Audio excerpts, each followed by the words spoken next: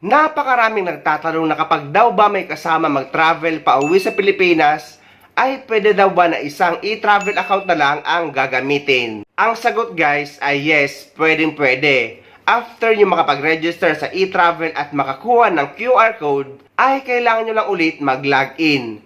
At kapag nandito na kayo, ay i-click nyo lang yung Add Family Member. And after nyo maklik ang Add Family Member, ay lalabas itong family member information. Kailangan nyo i-click yung upload or take photo dahil kailangan nyo mag-upload ng photo ng family member na kasama nyo dahil required yan. At eto, gagawin ko example ang photo ni Alice Go. And after nyo malagyan ng photo, ay pipili na kayo kung Philippine passport or foreign passport ang gamit ng kasama nyo pauwi sa Pilipinas. And after that, ilalagay nyo na ang kanyang pangalan, middle name at surname or apelido, pati ang suffix kung meron. Pero ang middle name at suffix ay optional lang yan, meaning nasa sa inyo kung lalagyan nyo or hindi. And after that, ilalagay nyo na ngayon ang kasarian, date of birth, mobile number, citizenship at country of birth. Then, ilalagay nyo ang passport number, passport issued country. Ito yun guys, kung saan country in-issue or nirenew ang passport na dala niya. Pati ang passport issued date. And ilalagay nyo na ngayon ang kanyang occupation or trabaho dyan sa baba. And after that, click next. At lalabas na itong permanent country of residence. Kung hindi naman permanent residence sa ibang bansa ang kasama nyo pa uwi sa Pilipinas, ay ilalagay nyo Philippines. Pero kung permanent resident, ay ilalagay nyo kung saang bansa siya nakatira or kung saan siya permanent resident. And after that, ilalagay nyo na ang province, municipality, barangay at ang house number. Pero kung wala namang house number or street number, ilagay nyo lang ang 0000. At dyan naman sa address line 2, iwanan nyo lang yan naka-blank and after that, click next. At lalabas itong relationship to account owner. So, pipiliin nyo lang yan guys kung mother nyo, father nyo, cousin, or ano paman. For example, na boyfriend nyo or kaibigan nyo ang kasama nyo, basta guys, pumili lang kayo dyan, wala namang problema yan, at least magawa nyo siya ng e-travel. After that, click next. At lalabas na ito, family member summary. I-review nyo lang and after that, scroll nyo, click submit. At lalabas na ito, family member information completed. At okay na yan guys, bigyan nyo lang siya ng copy ng QR code na na-screenshot nyo kanina just in case man hanapin sa immigration. Pero hindi naman nga madalas hinahanap ang QR code sa immigration dahil nakikita na nila yan sa system upon pag-scan ng passport nyo. Good news, Mr. Chair. Actually, hindi mo na kinakailangang ipakita yung QR code. We're able to successfully integrate e-travel directly to the immigration system. Ibig sabihin po, pagka-scan pa lang ng passport, hindi na kinakailangang isa-isahin pa ho na mag-scan ng QR code, Mr. Chair. Another improvement po na nagawa ko natin po sa upgrade natin sa e-travel. Ang mga wala namang idea or mga wala pang account sa e-travel at walang idea kung paano mag-register, ay ito guys, meron akong video tutorial sa e-travel arrival at e-travel departure card sa iisang video. Idudugtong ko na lang sa video na ito para may guide kayo. Pero kapag may account na kayo ay hindi nyo na ito kailangan panoorin. Updated ito sa mga kababayan natin na uuwi sa Pilipinas at sa mga babalik sa ibang bansa. Lalo na sa mga kapwa ko OFW. Ito ang latest registration sa e-travel arrival card kapag pauwi sa Pilipinas at sa e-travel departure card kapag papunta or pabalik sa ibang bansa sa bagong enhanced na e-travel system. Sa mga nagtatanong naman kung paano daw na hindi lumalabas ang OEC information sa e-travel departure card registration nila. Ang sagot guys, kung hindi lumalabas ang OEC information ay i-proceed nyo lang dahil wala namang problema yan. Ang importante ay hawak nyo ang inyong printed OEC or OEC exemption. Dahil guys, kahit hindi lumalabas ang OEC or OEC information dyan, ay makakapag-proceed kayo. Basta guys, kapag OFW kayo, ang pipiliin nyo sa purpose of travel pauwi sa Pilipinas or pabalik sa ibang bansa ay OFW. So eto guys, pinag-isa ko na sa iisang video ang e-travel arrival card registration at e-travel departure card para hindi nyo na hanapin pareho at para may guide kayo. Dahil nga inilunsad ng DMW, Bureau of Customs, DICT, kasama ang Bureau of Immigration ang bagong e-travel system or New Enhanced E-Travel System kung saan makikita nyo na ang inyong UEC kapag nag-register kayo sa e-travel. At dahil dyan, napakarami nag-request na gawan ko daw ng video tutorial ang bagong Enhanced E-Travel System para magkaroon sila ng idea. Nauna ko na nga nagawa ng video tutorial ang New Enhanced E-Travel Departure Card Registration at ngayon naman ay E-Travel Arrival Card pauwi sa Pilipinas naman ang ituturo ko sa inyo. At para makapag-register na kayo sa inyong E-Travel Arrival Card pauwi sa Pilipinas, ay kailangan nyo pumunta sa e-travel website na etravel.gov.ph. Pwede nga kayo mag-register through eGov app. Pero sa e-travel website ang ituturo ko sa inyo. At ang pagre-register sa e-travel arrival card man or e-travel departure card ay 3 days bago ang flight nyo pauwi man sa Pilipinas or pabalik sa ibang bansa. Kahit anong araw guys, basta sa loob ng 3 days bago ang flight nyo. After nyo mapasok yung website, ay eto yung lalabas. I-click nyo yung sign in. At dito guys, sa may mga account na, ay kailangan nyo na lang mag-login. Pero sa mga wala pa, dahil ituturo ko sa inyo kung paano gumawa ng account. Dito tayo sa create account sa mga wala pang account sa e-travel. And after nyo maklik yung create account, ay lalabas ito. Ilalagay nyo ngayon ang email address na gagamitin nyo sa paggawa ng account nyo sa e-travel. At kapag naman already taken ang lumabas, ay kailangan nyo lang gumamit ng ibang email address. And after that, click continue. At after nyo maklik yung continue, ay eto yung lalabas. Kailangan nyo puntahan yung email address nyo dahil doon sinend ng e-travel yung one-time PIN or OTP. Pero napakarami nagkakaproblema dito guys dahil kapag pinupuntahan daw nila ang kanilang email address, ay nawawala or bumabalik sa una. Ang gagawin nyo lang guys para hindi mawala ay i-click nyo sa taas sa gilid yung tab. At after nyo yan mapindot ay eto yung lalabas. So puntahan nyo na ang inyong email address at hindi yan mawawala. So after nyo makuha ang inyong OTP sa inyong email address ay ilagay nyo na sa inyong e-travel registration. And after that, click continue. At lalabas ito. Kailangan nyo nang gumawa ng sarili nyong password. Ang password guys sa e-travel na kailangan nyo gawin ay dapat may big letter, small letter, at number para makapag-proceed. And after that, click continue. After nyo maklik yung continue ay lalabas ito. Onboarding personal information. Kailangan nyo na ngayon guys ilagay ang picture nyo. Dati ay inalis na ang picture pero ngayon ay nire-record ulit at kapag hindi nyo yan nilagyan ay hindi kayo makakapag-proceed. So, pwede nyo lagyan guys ng photo sa cellphone nyo o kaya naman mag-take selfie kayo. Sa pagkakataong ito guys ay ginawan ko ng account yung dummy photo or stock photo or passport na nakalagay sa Google. Hindi na kasi pwedeng gamitin ang pangalan ko sa paggawa ng panibagong account sa e-travel dahil meron na akong account. After nyo malagay ang inyong photo, kailangan nyo nang ilagay ang inyong pangalan, kasarian, mobile number, citizenship, at country of birth. Diyan sa suffix guys, sa mga wala namang suffix or yung dugtong sa pangalan, ay iwanan nyo lang yang naka-blank. Sa mobile number naman, kung wala kayong Philippine number, ay pwede nyo gamitin ang number nyo sa abroad. I-click nyo lang yung flag sa gilid para mabago. Pero kung wala rin kayong mobile number sa abroad, ay pwede nyo rin gamitin ang number ng kamag-anak nyo sa Pilipinas. Dahil ang importante dito ay makapag-proceed kayo. Tapos guys, ilalagay nyo ngayon ang inyong passport issued country. Meaning nito kung saan in-issue ang passport nyo. For example, dito sa Philippine Consulate, Dubai, ilalagay nyo ay United Arab Emirates sa passport issued country. Pero kung sa Pilipinas nyo nakuha ang passport nyo, ay ilalagay nyo ay Philippines. At ang passport issued date. At dito naman sa baba ay ilalagay nyo ang category ng inyong occupation or ng inyong trabaho. And after that, click next. Andito na tayo sa permanent country of residence. Ang ilalagay nyo ay Philippines. Pero kung permanent residence na kayo sa ibang bansa, ay yung address nyo sa ibang bansa ang ilalagay nyo. Dahil ilalagay nyo naman mamaya ang destination upon arrival nyo sa Pilipinas. At ilalagay nyo na ngayon ang inyong province, municipality, barangay, at ang inyong house number. Kung wala naman kayong house number, ilagay nyo lang ay 000. At dyan naman sa address line 2, iwanan nyo lang yung naka-blank. And after that, click next. At lalabas ito, onboarding summary. I-review nyo lang at kapag okay naman, i-scroll nyo, click submit.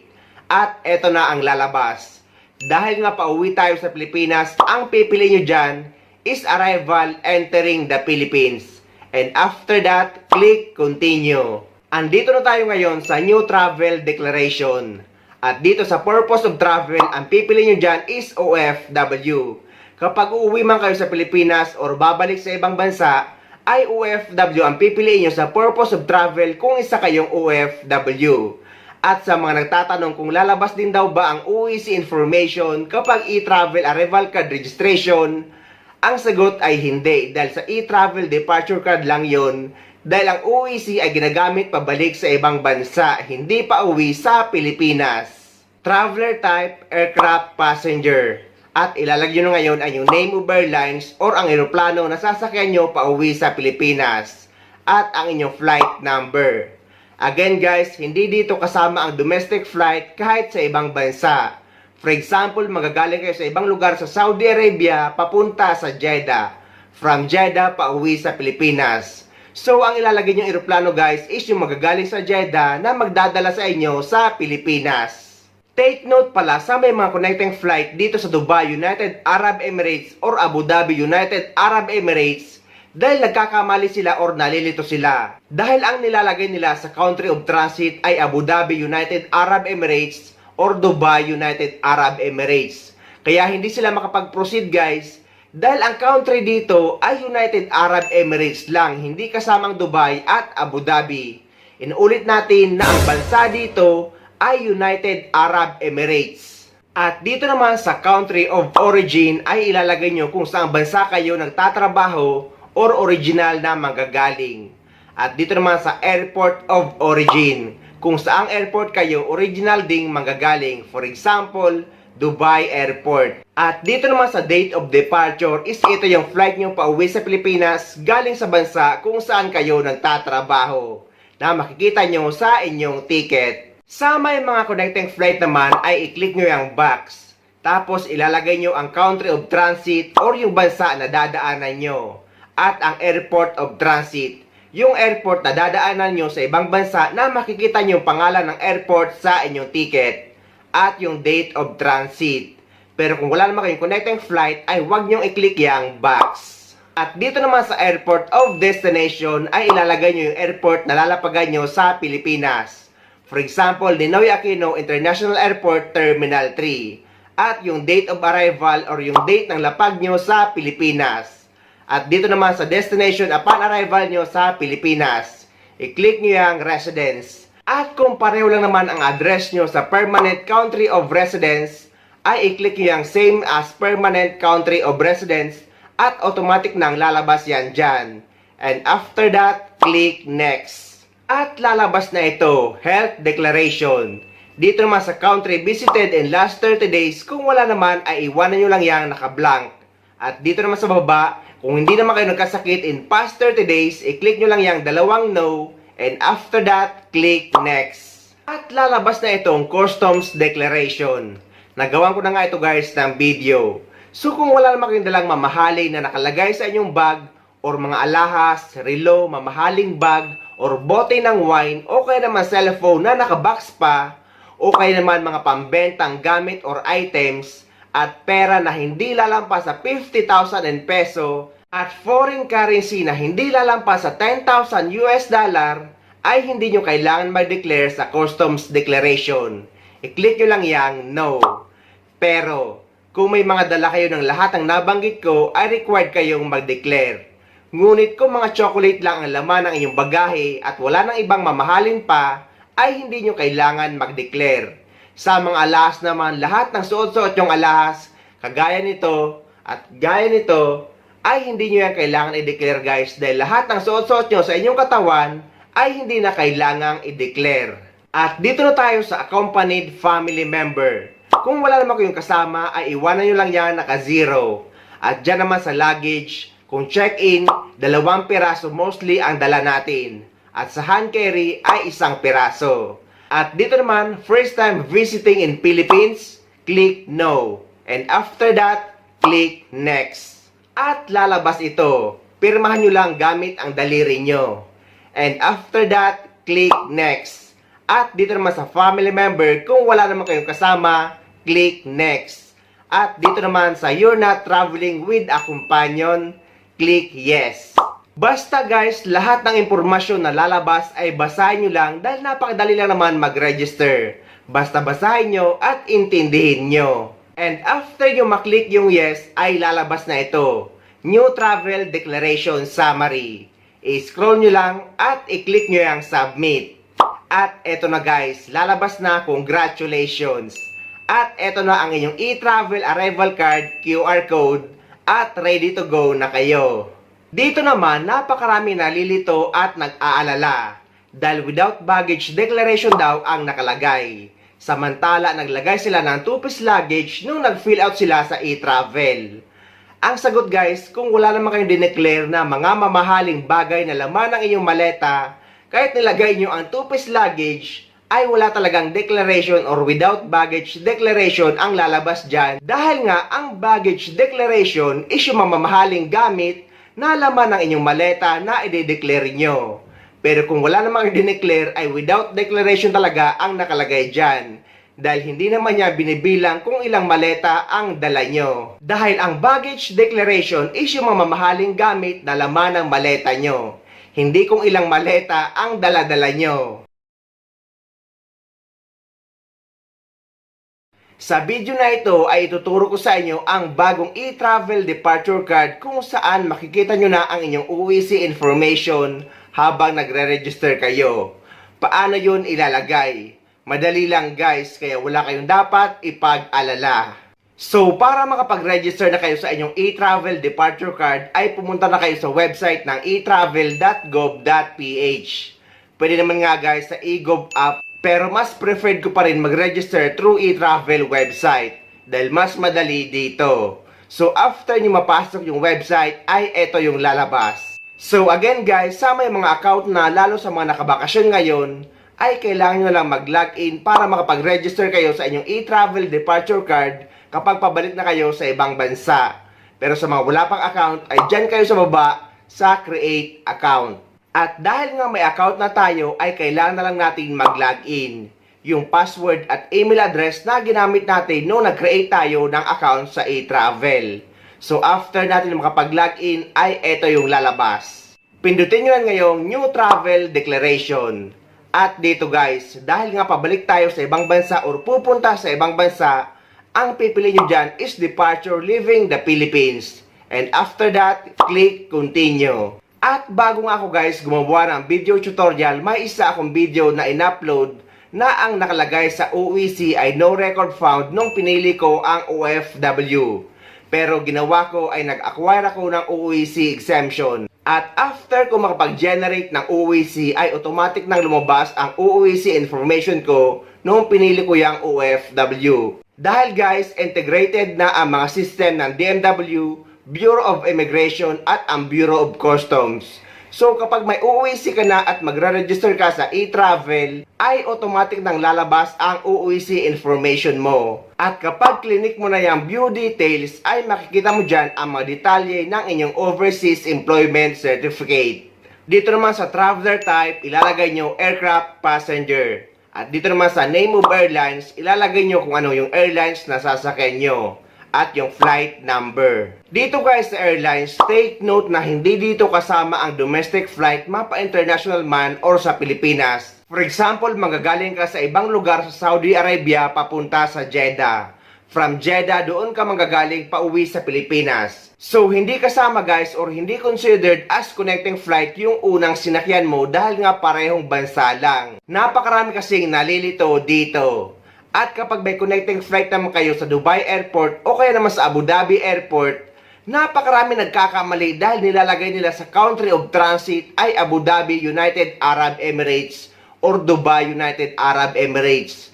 Ang country dito guys ay hindi kasama ang Abu Dhabi or Dubai dahil ang country dito ay United Arab Emirates lang. Dito naman sa airport of origin, ilalagay nyo kung saang international airport kayo sa Pilipinas manggagaling. For example, Ninoy Aquino International Airport Terminal 3. At dito naman sa date of departure, ilalagay nyo yung flight nyo papunta sa ibang bansa na makikita nyo sa inyong ticket. Dito naman guys, sa connecting flight, i-check nyo ang box kung may connecting flight kayo. At ilalagay nyo yung country of transit or yung bansa na dadaanan nyo. At airport of transit at date of transit.